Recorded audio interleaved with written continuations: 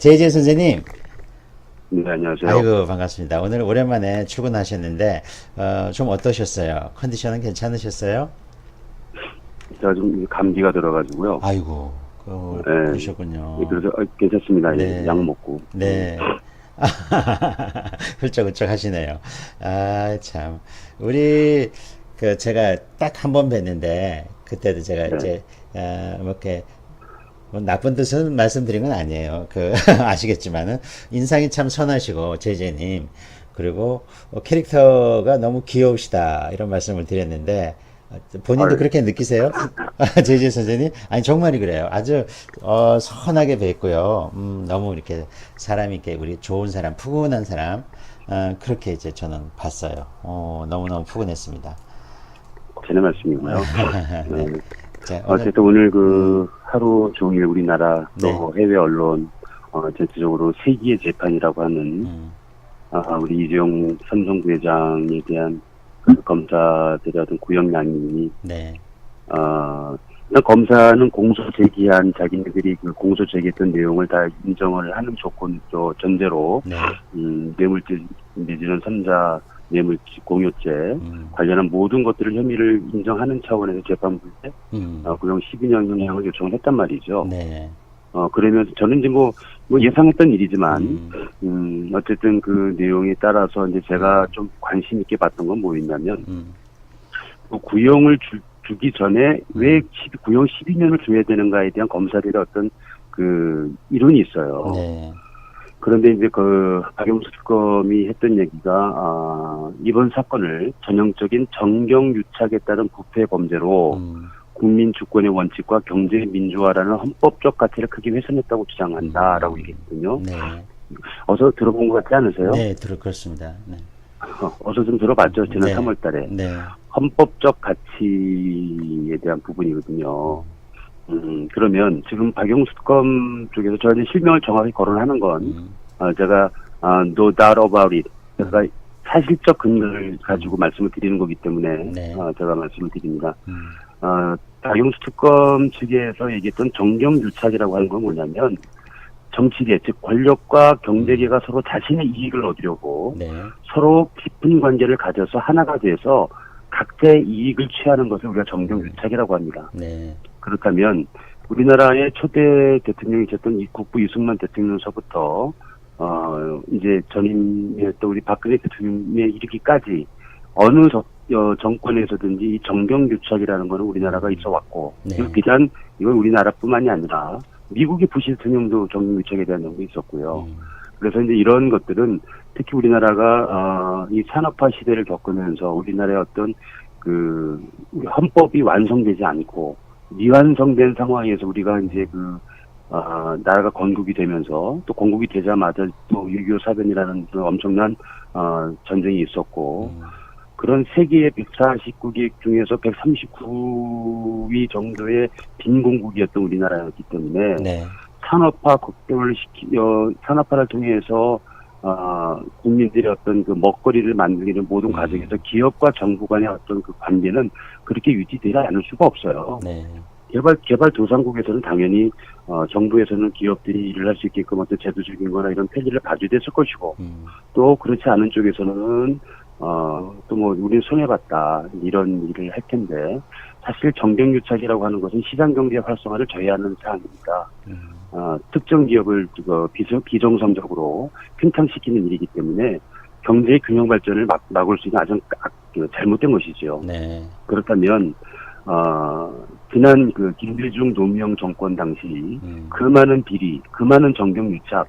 그 많은 뇌물수수, 이것은 어떻게 처리할 거냐는 거예요. 네, 제가 말씀드리고 싶었던 거는 네, 우리 박영수 특검이 오늘 재판부에다가 이재용 부회장은 12년 구형을 형량을 요청하면서 음, 구형 언도를 하면서 그 얘기했던 정경유착에 대한 거를 얘기를 했고, 헌법의 가치를 크게 훼손했다고 주장을 했는데, 네, 그렇다면 아직까지도 미완 당사자인 노무현 씨가 자살해서 죽었잖아요. 네, 그래서 공소권 이제 뭐 없다 해가지고 음, 사건을 그냥 덮었지 않습니까? 네, 그런데 받아먹은 경제 공동체가 있잖아요. 그렇죠. 그 사건에 대해서는 왜 얘기 한마디 없고, 음, 지금 이재용 부회장의 그 변호인이 누구냐면 태평양 법무법인에 계신 분인데 네. 아주 훌륭한 분이세요. 송우창 변호사라고. 네.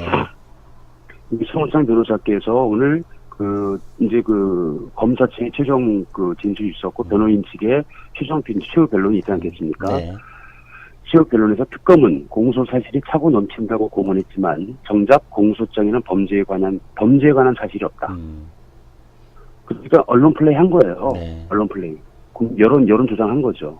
두 번째, 이 부회장에 대한 부정적 이미지만 있을 뿐이지 사실은 죄가 없다. 그래서 고로 무죄다라고 주장을 했어요. 네.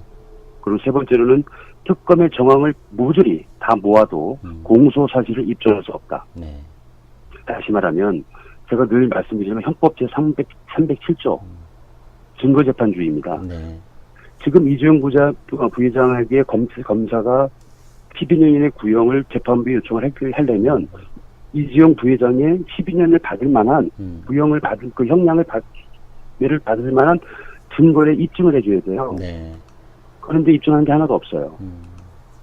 그리고 최순실의 딸 정유라에 대한 승마 지원은 박근혜 전 대통령이 세 차례 이재용 부회장하고 단독 면담을 하지 않았습니까? 네. 그때 한 번도 정유라를 언급한 적이 없다. 또한 안종범 전 청와대 경제수석의 수첩에도 정 씨의 이름은 전혀 발견되지 않았다. 네. 증거가 없다. 그렇게 이제 변론을 했고요.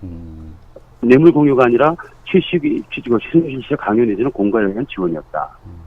그다음에 미르키 스포츠 재단에 대해서는 삼성이 최순실을 알기 때문에 지원했다는 어떠한 정황도 없다. 그러니까 검찰은 삼성 최순실이 누군지 알았기 때문에 거기서 지원한 거 아니냐. 네. 그런데 변호인 측에서는 아니다, 그런 적 없다.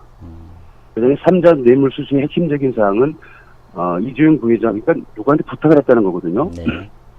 다시 말하면 권력자에게 우리 박근혜 대통령께 이재용 부회장이 내가 경영권 승계를 하려고 그러는데 이걸 좀 정부에 도와주시면 제가 이걸 갖다가 최순실 때 지원을 할게요.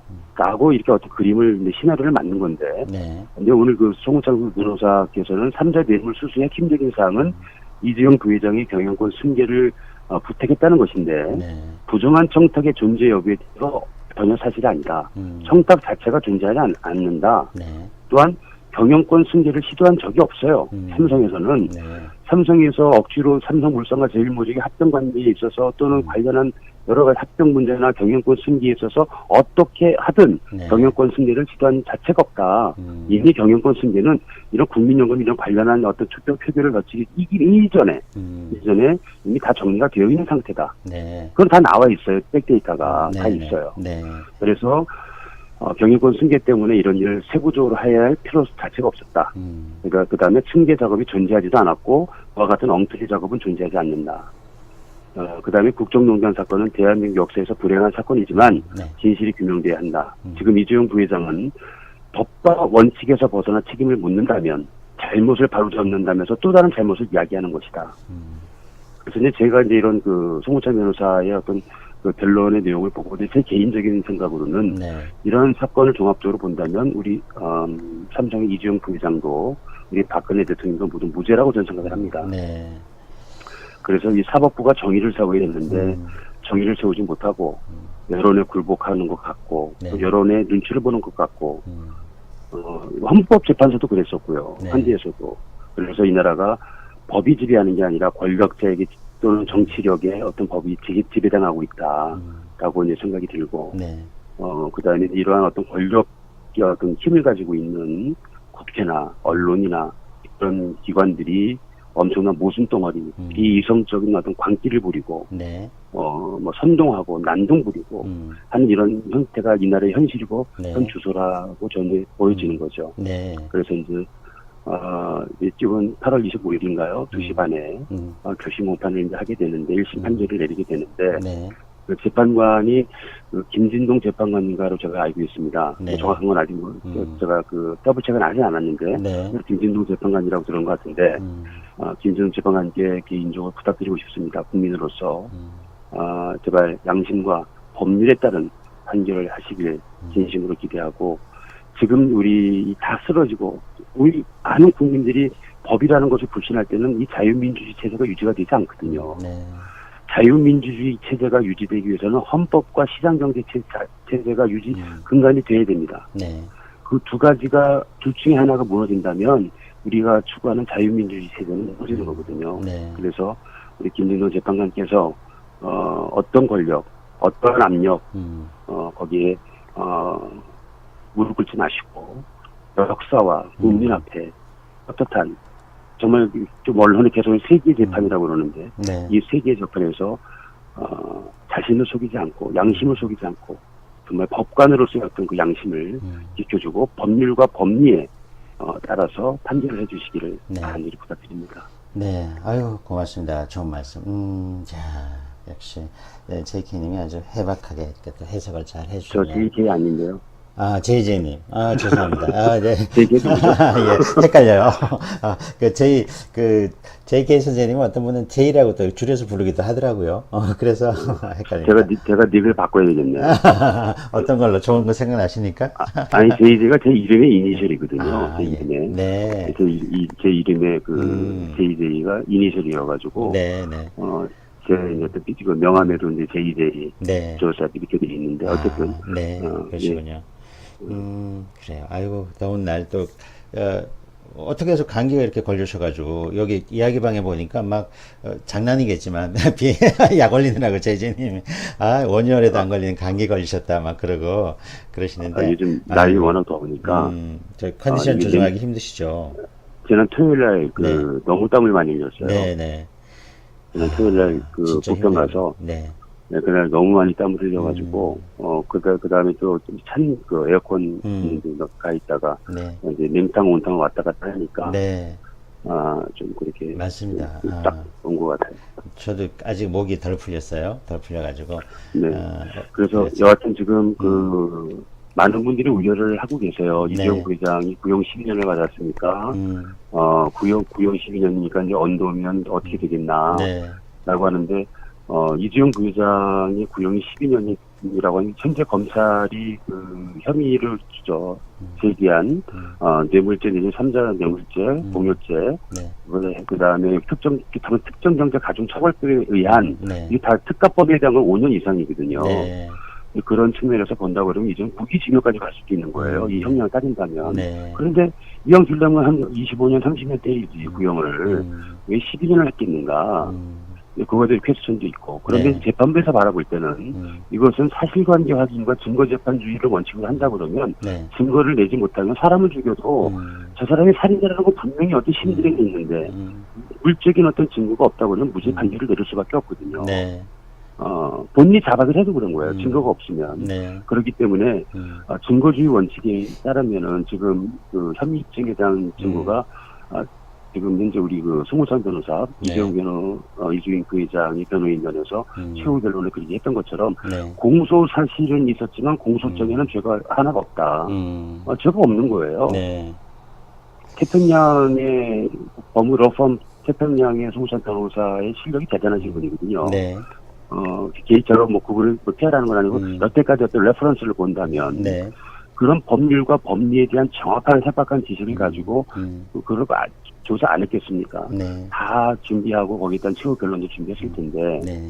여하튼 현재 사고 넘친다고 했던 특검의 어떤 증거는 보이질 않는다.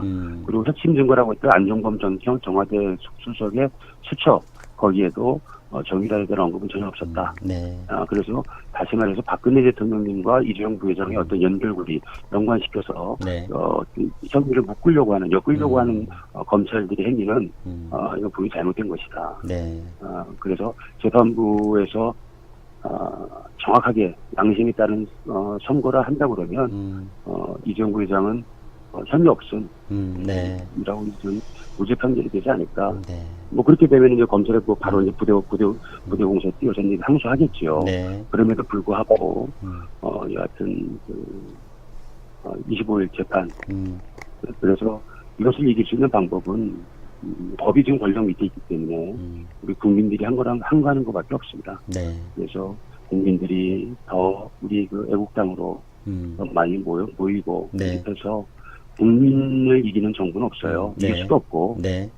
자유당이 초대 자유당 정권이 무너진 것도 국민에 의해서 그런 것이고 지난 그 민정당 전두환 정권이 있었을 때 6.29 선언이 된 것도 네. 국민이 한 거였고 전반적으로 국민이 일어난다면 이길 장사가 없어요. 네. 그리고 우리가 정의와 진실은 분명히 밝혀진다, 네. 이긴다 네. 라는 소망 가지고 우리 대한애국당으로 우리가 한 사람 한 사람 더 당원가입시키고 네. 천만민 서명운동에 적극적으로 참여하는 것이 현재로서는 최고의 방책 아니겠나라고 네. 생각이 듭니다. 아유, 네. 아유, 제이제이 선생님. 이제 정확히 불렀습니다. 제이제이 선생님. 고맙습니다. 빨리 저 감기 빨리 캐치하시기 바라고요. 네. 네. 오늘 푹 네, 쉬시기 감사합니다. 바랍니다. 아, 제이제이 선생님 네, 또 감사합니다. 끝나시고 또 한 타임 더 하시잖아요, 사실. 그러니까, 아유, 무리시구나. 저는 이제 씻고 쉬면 돼요. 근데, 제이제이 선생님은 또 그게 아니니까. 아이고, 참, 고생이 많습니다. 안녕히 계세요. 아, 네. 네, 수고하세요. 행복하세요. 네. 네. 네.